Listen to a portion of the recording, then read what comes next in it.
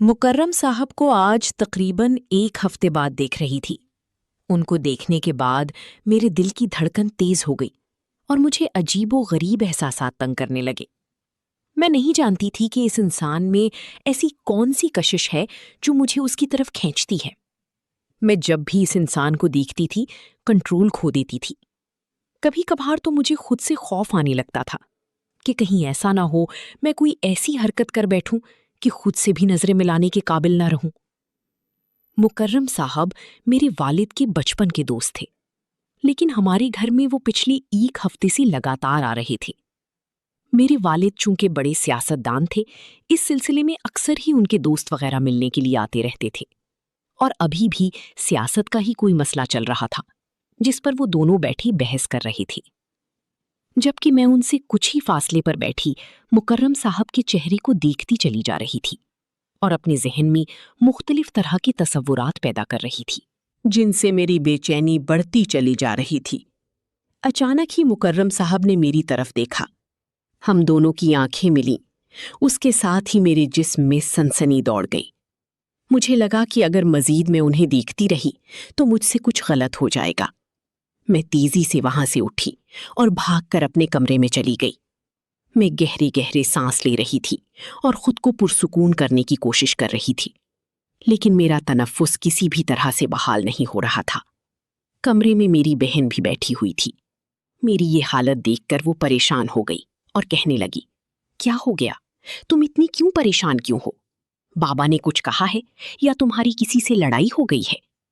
بہن کی بات سن کر میں نے تیزی سے نفی میں سر ہلا دیا اور اسے کہا، ایسی کوئی بات نہیں، میں بالکل ٹھیک ہوں۔ اب میں اسے کیا بتاتی کہ 14 سال کی عمر میں ہی مجھے اپنے سے کئی گنا بڑے آدمی سے عشق ہو گیا ہے۔ میں نہیں جانتی تھی کہ عشق کتنا جان لیوا ثابت ہو جائے گا۔ یہ مجھ سے نہ صرف میرا بچپن چھین لے گا، بلکہ اس کے ساتھ ساتھ یہ میری پوری جوانی کے لیے داغ بن جائے گا۔ اندر کمرے میں بیٹھے ہوئے تھوڑی ہی دیر گزری تھی جب اچانک ہی بابا کا بلاوا آیا۔ یقیناً مکرم صاحب مجھے بلا رہے تھے۔ بابا کی بات سن کر مجھے خوشی بھی ہوئی، اس کے ساتھ ساتھ کچھ محسوس بھی ہو رہا تھا۔ مجھے سمجھ نہیں آ رہی تھی کہ میں ان کے سامنے کیسے جاؤں گی اور کس طرح برتاؤ کروں گی۔ میں اسی شش و پنج میں مبتلا تھی جب ماما دوبارہ بلانے کی آ گئیں اور پھر میں ان کے ساتھ ہی باہر چلی گئی۔ مکرم صاحب اس وقت وہیں بیٹھے ہوئے تھے۔ چونکہ وہ مجھ سے عمر میں کافی بڑے تھے، اس لیے امی نے مجھے ان کے قریب ہی جا کر بٹھا دیا۔ جیسے ہی میرا ہاتھ ان کے بازو سے جا کر لگا، مجھے لگا کہ میرے پورے جسم میں آگ جلنے لگی ہے۔ میری طبیعت ایک دم ہی خراب ہونے لگی تھی۔ میں ایک دم سے پیچھے ہٹی۔ میری یہ حرکت دیکھ کر امی تشویش زدہ ہو گئیں اور مجھے کہنے لگی، کیا ہو گیا ہے پریشے بیٹی؟ وہ آپ کے بابا کی عمر کے ہیں۔ امی کی بات سن کر میں نے تیزی سے نفی میں سر ہلایا اور انہیں کہا، میری طبیعت بہت خراب ہو رہی ہے، میں یہاں پر زیادہ دیر نہیں رک سکتی۔ یہ کہہ کر میں دوبارہ اپنے کمرے میں واپس آ گئی اور اپنے ہاتھ کے اس حصے کو دیکھ رہی تھی جو مکرم صاحب سے ٹکرایا تھا۔ میں وہیں اپنے بستر پر بیٹھ گئی اور پھوٹ پھوٹ کر رونے لگی۔ میں بھول گئی تھی کہ اس وقت کمرے میں میری بہن موجود ہے۔ وہ پریشانی میں میرے پاس آئی اور مجھے گلے لگا کر کہنے لگی، کیا ہو گیا میری پیاری بہن کو؟ تم اس قدر پریشان کیوں ہو؟ اگر کوئی مسئلہ ہے تو مجھے بتاؤ، میں تمہاری مدد کروں گی، لیکن خدا کے لیے رونا تو بند کر دو۔ اپنی بہن کی بات سن کر میں جلدی سے ہوش کی دنیا میں آئی اور مجھے اپنی غلطی کا شدت سے احساس ہوا۔ پہلے تو میں پریشان ہو گئی کہ اسے کیا جواب دوں، لیکن پھر میں اس کے گلے لگ کر مزید اونچی اونچی آواز میں رونے لگی۔ مجھے اپنی کیفیت بالکل بھی سمجھ نہیں آ رہی تھی۔ میں بس کسی طرح اس سے کیفیت سے باہر نکلنا چاہتی تھی۔ میں کسی طرح مکرم صاحب کی طلسم سے باہر نکلنا چاہتی تھی۔ یوں لگ رہا تھا جیسے انہوں نے مجھ پر کوئی جادو کر دیا ہو۔ مجھے زندگی کے ہر لمحے میں بس انہی کا خیال آتا۔ رات کو سونے سے پہلے بھی ان کا چہرہ ہی میری نظروں کے سامنے گھومتا۔ صبح اٹھنے کے بعد بھی ان کے بارے میں سوچنا شروع کر دیتی۔ اسی میں میرا پورا دن گزر جاتا اور مجھے ان کی اس قدر طلب ہونے لگی کہ میرا بس نہیں چل رہا تھا کہ میں ہر چیز کو تہس نہس کر دوں۔ مجھے خود پر شدید غصہ آ رہا تھا۔ کبھی کبھار خود کو نقصان پہنچانے کا بھی سوچ لیتی، کیونکہ مجھے اپنی کم عمری سے بہت زیادہ نفرت محسوس ہو رہی تھی۔ اگر میں جوان ہوتی یا پھر ان کی عمر کے لگ بھگ ہوتی تو مجھے اس طرح کی مشکلات کا سامنا نہ کرنا پڑتا، بلکہ میں کسی نہ کسی طرح ان کی دسترس میں پہنچ ہی جاتی۔ مگر یوں اس طرح سے ان کو حاصل کرنا میرے لیے مشکل ہی نہیں ناممکن تھا۔ سمجھ نہیں آ رہا تھا کیا کروں، کس سے مدد لوں، کس سے کہوں۔ جمعے کا دن تھا، رات کا وقت تھا، روز کے مطابق بیٹھی ٹی وی دیکھ رہی تھی، لیکن میرا ذہن مکرم صاحب کی طرف ہی لگا ہوا تھا۔ تبھی مجھے ہلکی سی آواز سنائی دی۔ میں نے چونک کر دیکھا تو حیران رہ گئی۔ کچھ ہی فاصلے پر مکرم صاحب کھڑے تھے اور مجھے مسکرا کر دیکھ رہے تھے۔ ان کو مسکراتے دیکھ کر میرے لبوں پر بھی مسکراہٹ ٹھہر گئی، لیکن میری یہ مسکراہٹ زیادہ دیر تک قائم نہیں رہ سکی۔ جب انہوں نے مجھے کہا، بیٹا تمہارے بابا کہاں ہیں؟ جب انہوں نے مجھے بیٹا کہا تو میرا دماغ غصے سے کھول اٹھا۔ میرا بس نہیں چل رہا تھا میں ہر چیز تباہ کر دوں۔ میں نے انتہائی غصے سے ان کی طرف دیکھا۔ میں کافی دیر تک اسی طرح دیکھتی رہی، لیکن ان کے چہرے سے مسکراہٹ دور نہیں ہو رہی تھی۔ یوں لگ رہا تھا جیسے انہیں میرے غصے سے کوئی فرق نہیں پڑ رہا ہو، بلکہ وہ میری اس غصے سے لطف اندوز ہو رہی ہوں۔ میری آنکھوں میں آنسو آ گئے۔ اس سے پہلے میں آنسو بہاتی وہ میرے قریب آئے اور میری آنکھوں سے آنسو صاف کرتے ہوئے کہنے لگے، میں تمہاری آنکھوں میں چھپے ہوئے پیغام کو اچھی طرح سے سمجھتا ہوں اور مجھے اندازہ ہے کہ تمہارے دل میں کیا ہے، لیکن تمہیں پتا ہے کہ یہ ممکن نہیں۔ تمہارا باپ اس کے لیے کبھی راضی نہیں ہوگا، لہٰذا بہتر یہی ہے کہ اس سب کو اپنے ذہن سے نکال دو۔ ان کی یہ بات سن کر پہلے تو مجھے حیرت کا جھٹکا لگا۔ میں سوچ بھی نہیں سکتی تھی کہ وہ کبھی مجھ سے اس طرح بات کر سکتے ہیں۔ پھر تھوڑی دیر بعد ہی وہ وہاں سے جانے لگے تو میں نے بے ساختہ ان کا ہاتھ پکڑ کر انہیں روک لیا۔ میں اپنی اس جرت پر خود بہت زیادہ حیران تھی۔ میں نہیں جانتی تھی کہ مجھ میں اتنی ہمت کہاں سے آ گئی تھی۔ انہوں نے بھی چونک کر میری طرف دیکھا۔ میں نے کہا، مجھے کسی سے بھی کوئی فرق نہیں پڑتا، میں صرف اور صرف آپ کو اپنانا چاہتی ہوں اور آپ کو حاصل کرنا چاہتی ہوں۔ میری بات سن کر وہ مسکرانے لگے اور کہنے لگے، یہی سب کچھ ہے تو میں تمہارا امتحان لے کر دیکھ لیتا ہوں کہ تم اپنے امتحان میں کتنا کامیاب ہوتی ہو۔ پھر انہوں نے مجھے اگلے دن اپنے گھر میں ملنے کے لیے بلایا۔ ان کی بات سن کر پہلے تو میں خوفزدہ ہو گئی اور سوچنے لگی کہ اپنے امی ابو کو کیا کہوں گی۔ میں کہاں پر جا رہی ہوں؟ چونکہ میری عمر بھی اتنی زیادہ نہیں تھی کہ وہ مجھے یوں کہیں جانے کی اجازت دے دیتے، لہٰذا جب بھی کہیں پر جانا ہوتا تو اس کے لیے مجھے گھر کے تمام بڑے لوگوں سے اجازت لینی پڑتی تھی۔ اگر کوئی ایک بار بھی انکار کر دیتا تو مجھے اجازت نہیں ملتی تھی۔ ابھی بھی مجھے امی سے اجازت کا ملنا بہت مشکل لگ رہا تھا، کیونکہ پچھلے ہی ہفتے اپنی دوست کے ساتھ گھومنے کے لیے گئی تھی۔ تب میں نے اپنی امی سے وعدہ کیا تھا کہ اگلے 3 ہفتوں تک باہر جانے کا نام بھی نہیں لوں گی، جبکہ مکرم صاحب کل ہی مجھے اپنے گھر بلا رہے تھے۔ ان سے ملنے کے لیے بے چین میں خود بھی بہت زیادہ تھی اور بس کسی طرح ان کی دسترس میں جانا چاہتی تھی۔ لیکن اب یہاں پر مسئلہ کھڑا ہو چکا تھا۔ کافی دیر تک میں وہیں پر بیٹھی سوچتی رہی۔ اس دوران مجھے پتا نہیں تھا کہ مکرم صاحب بیٹھک میں ابو کے ساتھ بیٹھے ہیں اور مجھے دیکھ کر مسکرائے جا رہی ہیں۔ بے ساختہ نظر اٹھا کر دیکھا تو میری چہرے بھی اب مسکراہٹ بکھر گئی۔ بلا شبہ وہ انسان مجھے اپنے دل کے بہت قریب لگتا تھا۔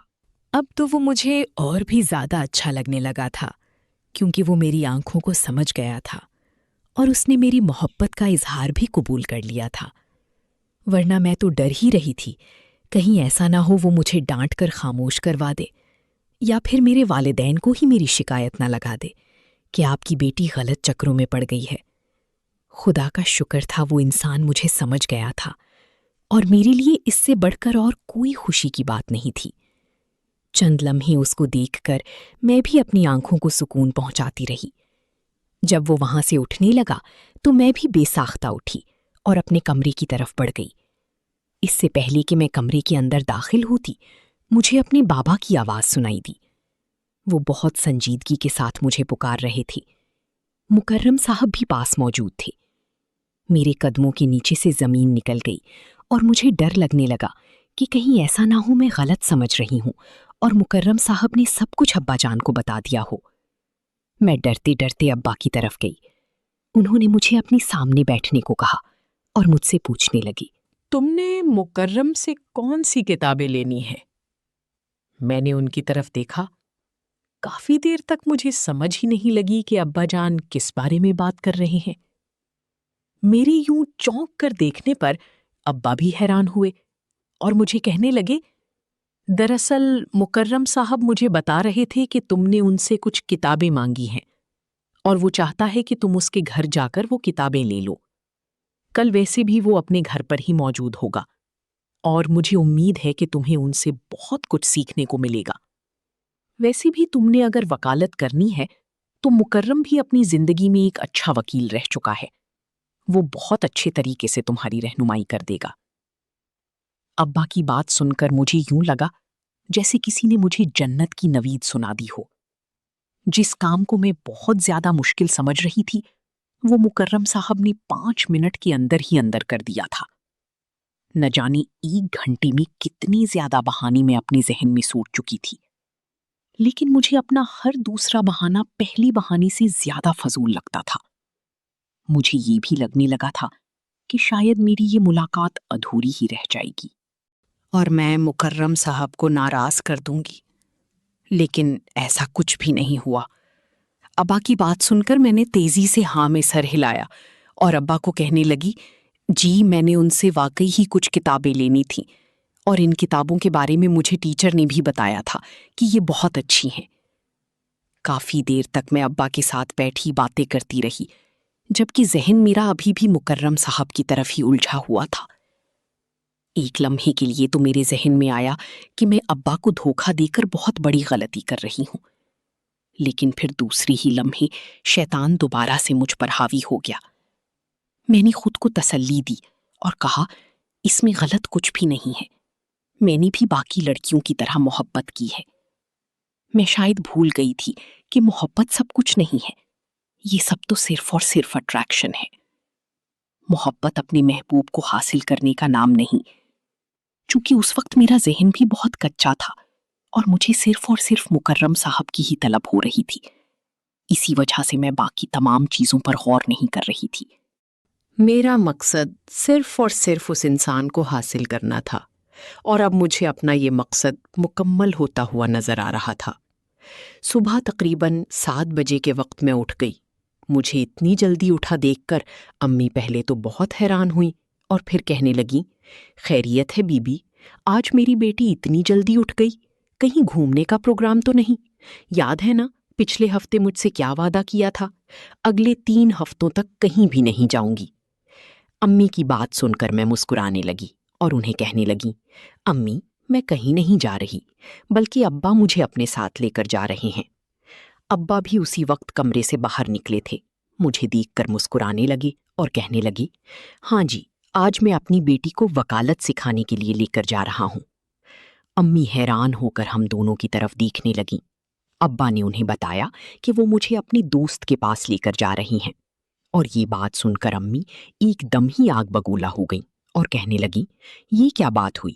اپنی جوان لڑکی کو ایک انجان آدمی کے گھر بھیج رہے ہو، اور کچھ تو خدا کا خوف کرو۔ امی کی بات سن کر ابا غصہ کرنے لگے اور کہنے لگے، یہ کیا تم پچھلے زمانے کی باتیں لے کر بیٹھ گئی؟ ارے وہ بڑی عمر کا ہے اور اس کے باپ کی عمر کا ہے اور میرے بچپن کا دوست ہے، مجھے اس پر بہت اعتبار ہے، وہ ہماری بیٹی کو اپنی بیٹی جیسا سمجھتا ہے۔ میں ابا کی باتیں سن کر اندر ہی اندر شرمندہ ہو رہی تھی۔ اس کے باپ کی عمر کا ہے لیکن اس کا باپ تو نہیں۔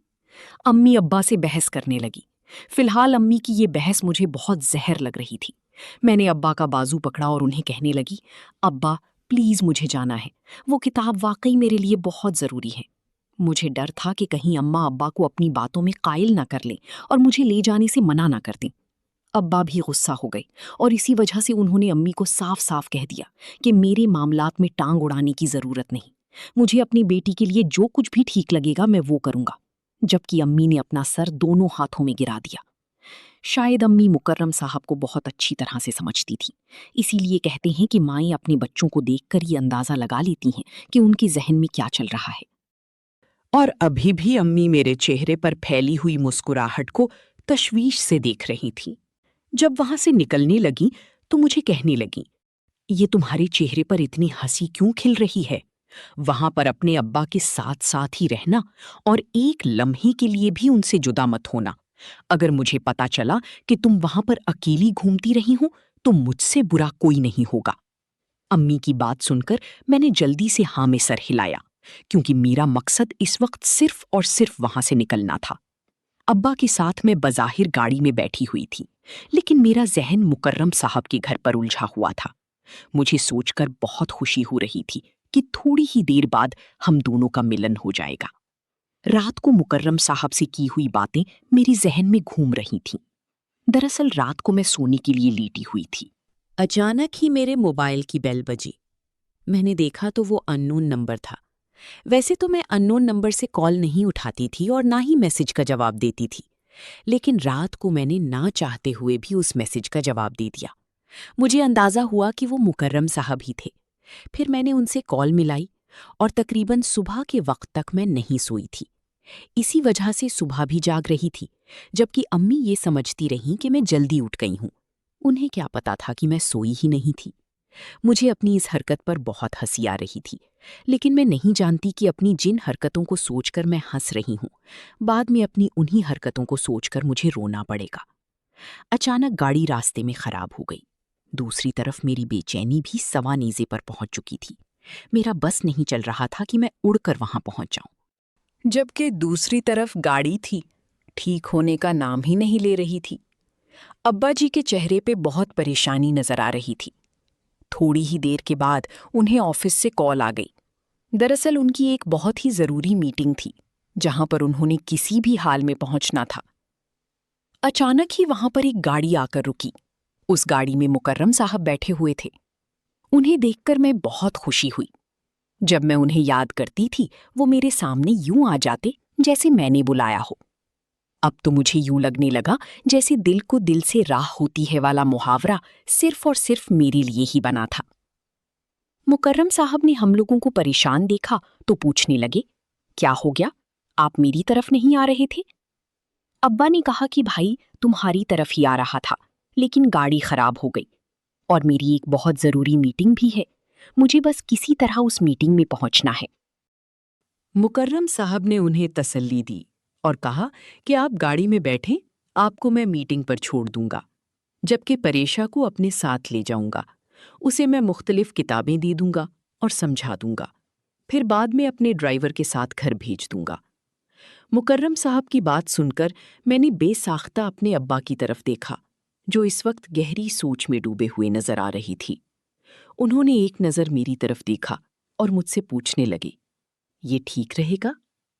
میں نے جلدی سے ہاں میں سر ہلایا اور کہا، آپ کو فکر کرنے کی کوئی ضرورت نہیں ہے، میں ویسے بھی بڑی ہو گئی ہوں اور مجھے سب چیزوں کا بہت اچھی طرح سے پتا ہے۔ ابا مسکرانے لگے اور میری سر پر ہاتھ رکھتے ہوئے کہنے لگے، چلو ٹھیک ہے، آج تم مکرم سے وکالت سیکھ لو۔ اس دوران میں میٹنگ جلدی ہی ختم کرنے کی کوشش کروں گا اور پھر تمہیں اپنے ساتھ گھر لے کر چلوں جاؤں گا۔ ابا کی بات سن کر میرا دل کیا کہ میں خوشی سے ناچنا شروع کر دوں۔ میں نہیں جانتی تھی کہ میری خواہش اس طرح سے بھی پوری ہو سکتی ہے۔ تھوڑی ہی دیر بعد مکرم صاحب نے ابا کو ان کے آفس میں چھوڑ دیا اور پھر میری طرف دیکھ کر مسکراتے ہوئے کہنے لگے کہ کیا آج اپنے ارمان پورے کرنے ہیں یا نہیں؟ ان کی بات سن کر میں تیزی سے ہاں میں سر ہلایا اور پھر مسکراتے ہوئے کھڑکی سے باہر دیکھنے لگی۔ میں نہیں جانتی تھی کہ میں اپنی ساتھ کتنی بڑی زیادتی کرنے کے لیے جا رہی ہوں۔ تھوڑی دیر بعد جب میں نے دیکھا تو مجھے راستہ تھوڑا سا انجان محسوس ہوا۔ میں نے بے ساختہ مکرم صاحب کی طرف دیکھا۔ انہوں نے مجھے کہا کہ میں تمہیں اپنے فارم ہاؤس لے کر جا رہا ہوں، کیونکہ وہاں پر کوئی بھی موجود نہیں ہوتا، جبکہ میرے گھر میں اکثر ہی میرے جاننے والے آتے رہتے ہیں۔ اسی دوران ہم پریشان ہو سکتے ہیں۔ ان کی بات سن کر خوف کی ایک لہر میرے جسم میں دوڑ گئی۔ مجھے شدت سے کچھ غلط ہونے کا احساس ہونے لگا۔ میں اسی طرح سے پریشان بیٹھی ہوئی تھی، تب انہوں نے میری حالت محسوس کر لی اور مجھے کہنے لگے، تمہیں مجھ سے ڈرنے کی کوئی ضرورت نہیں ہے، بلکہ میں تو یوں کہوں گا کہ صرف میں ہی تمہیں ڈرنے سے بچا سکتا ہوں۔ اس کے ساتھ ہی انہوں نے میرے ہاتھ پر ہاتھ رکھا اور مجھے تسلی دینے لگے۔ میں بھی تھوڑی دیر بعد نارمل ہو کر بیٹھ گئی۔ تقریباً 1 گھنٹے کے سفر کے بعد ہم ان کے فارم ہاؤس پر پہنچ چکے تھے۔ مجھے اپنے ابا کی فکر ہونے لگی تھی۔ میں نے جب ان سے ابا کے بارے میں بات کی تو وہ مجھے کہنے لگے، تم فکر مت کرو، ان کی میٹنگ تقریباً 5 گھنٹوں کی ہے اور وہ 6 گھنٹوں سے پہلے فارغ نہیں ہوں گے۔ میں نے پہلے ہی سب کچھ پتا کروا لیا ہے۔ انہوں نے مجھے یہ بھی بتایا کہ ابا کی گاڑی خراب کرنے والا کوئی اور نہیں بلکہ مکرم صاحب کا نوکر ہی تھا، جسے انہوں نے تحفے میں ابا کو دیا تھا۔ مکرم صاحب کی بات سن کر میں مسکرانے لگی۔ میں سوچ بھی نہیں سکتی تھی کہ یہ اس قدر شاطر ہو سکتے ہیں۔ تھوڑی ہی دیر بعد ان کے ساتھ فارم ہاؤس میں داخل ہو گئی۔ مکرم صاحب نے میرا ہاتھ پکڑا ہوا تھا۔ مجھے بہت زیادہ خوف محسوس ہو رہا تھا۔ اس کے بعد وہ مجھے کمرے میں لے گئے اور دروازہ کو لاک لگایا۔ اس سے پہلے کہ وہ میری طرف آتے، دوبارہ سے دروازے پر دستک ہوئی۔ مکرم صاحب نے دروازہ کھولا تو سامنے میری ماں کھڑی تھی۔ اپنی ماں کو سامنے دیکھ کر میں بہت زیادہ خوفزدہ ہو گئی۔ میں سوچ بھی نہیں سکتی تھی وہ اس طرح سے یہاں پر آ سکتی ہیں۔ مجھے اپنی فکر ہونے لگی تھی، لیکن میری ماں کے ساتھ ابا جان بھی تھے۔ میری ماں نے ابا جان کو کہا کہ میں اسی لیے اسے تمہارے ساتھ اس آدمی کے پاس نہیں بھیج رہی تھی، کیونکہ یہ آدمی میری سوچ سے بھی زیادہ گھٹیا انسان ہے۔ اس نے میرا گھر خراب کرنے کی کوشش کی تھی اور مجھے آپ سے بدزن کرنا چاہتے تھے۔ وہ تنہائی پا کر ایک دم میرے قریب آتے تھے اور مجھے پریشان کرتے تھے، لیکن آپ ان پر بھروسہ اس قدر کرتے تھے کہ آپ کو کبھی ان کی سچائی نہیں بتا سکتی تھی۔ لیکن یہ اندر ہی اندر اس شخص کو پسند نہیں کرتی تھی اور اس سے نفرت کرتی تھی۔ اب جب میں نے دیکھا کہ میری بیٹی کا رجحان اس کی طرف بڑھتا جا رہا ہے اور یہ بھی میری بیٹی میں دلچسپی لے رہا ہے، تو میں نے کھلی آنکھوں سے سب کچھ نوٹ کرنا شروع کیا۔ اور آج جب میری بیٹی اس کے پاس اکیلے میں جانا چاہتی تھی تو مجھے کچھ حد تک اندازہ ہو گیا تھا۔ اس لیے میں آپ کو بغیر بتائے اس کے گھر گئی تو مجھے معلوم ہوا کہ گھر وہ پر تو ہے، اور جب میں نے آپ کو فون کیا تو آپ نے کہا تھا کہ آپ مکرم صاحب کے گھر چھوڑ کر چلے گئے ہیں۔ اسی وجہ سے میں پریشان ہو گئی اور مجھے اندازہ تھا کہ یہ گھر میں نہیں ہوگا۔ اماں کی باتیں سن کر میں حیران رہ گئی، اور وہ اس قدر باریک بینی سے ہر چیز کا جائزہ لے رہی تھیں، میں تو سوچ بھی نہیں سکتی تھی۔ سچ کہتی ہیں، مائیں اپنی بیٹیوں کے لیے چیل کی نظر رکھتی ہیں۔ انہوں نے ابا جان کو مزید بتایا کہ مکرم صاحب نے مجھے بہکانے کی کوشش کی۔ چونکہ میں کم عمر تھی، اسی وجہ سے سب معصوم سمجھ رہی تھی، مگر مکرم صاحب بھی میرے بارے میں سب کچھ نہیں کہہ سکتی تھی۔ میں بھی ابا جان کو سامنے دیکھ کر فوراً ہی مکر گئی اور رونے لگی۔ تھوڑی ہی دیر بعد ان کے ساتھ گھر واپس آ گئی۔ اس دن کے بعد میرے دل میں ڈر بیٹھ گیا۔ تھوڑے ہی عرصے بعد مجھے احساس ہوا کہ یہ صرف اور صرف اٹریکشن تھی۔ حقیقت میں مجھے ان سے بالکل بھی محبت نہیں تھی، اور پھر وقت کے ساتھ ساتھ میں اس قصے کو بھولنے لگی۔ اب میری ایک بہت ہی اچھے گھر میں شادی ہو چکی ہے اور بہت ہی پرسکون زندگی گزار رہی ہوں، مگر آج بھی جب وہ دن یاد آتا ہے جب میں نے اپنے ہاتھوں سے اپنی عزت کو خطرے میں ڈالا تھا تو میری روح کانپ جاتی ہے، اور میں سوچتی ہوں اگر واقعی اس دن میری ماں نہ آتی تو نہ جانے میرے ساتھ وہ شخص کیا سلوک کرتا۔